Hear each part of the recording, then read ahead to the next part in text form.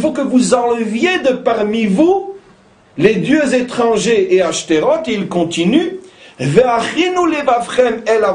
seulement comme ça votre cœur pourra vraiment se préparer à être avec Dieu, et le servir, Levado, lui, et uniquement lui, que lui Levado.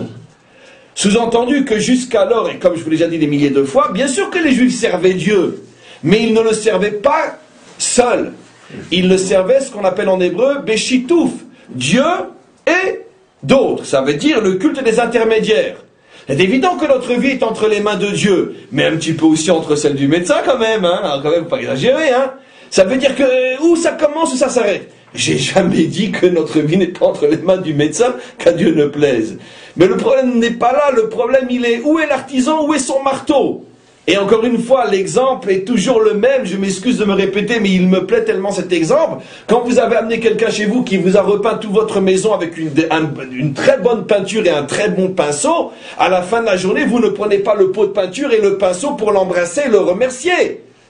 Et vous allez chez l'artisan et dites merci pour ce beau travail. Vous pouvez rajouter, ah mais je vois que vous avez utilisé vraiment une bonne qualité de peinture, hein. Mais c'est merci à vous pour ce travail.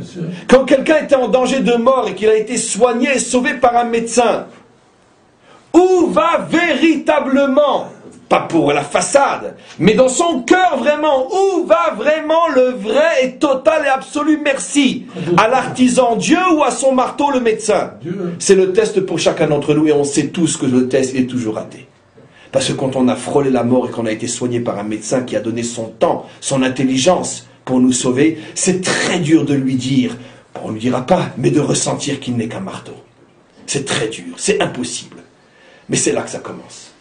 C'est pour ça que les Juifs ont toujours été comme le monde entier idolâtres, mais selon la définition de la Torah, pas selon la définition des livres d'histoire. Parce que lorsque tu ressens plus de merci pour le médecin que pour Dieu, tu t'appelles dans le langage de la Torah idolâtre.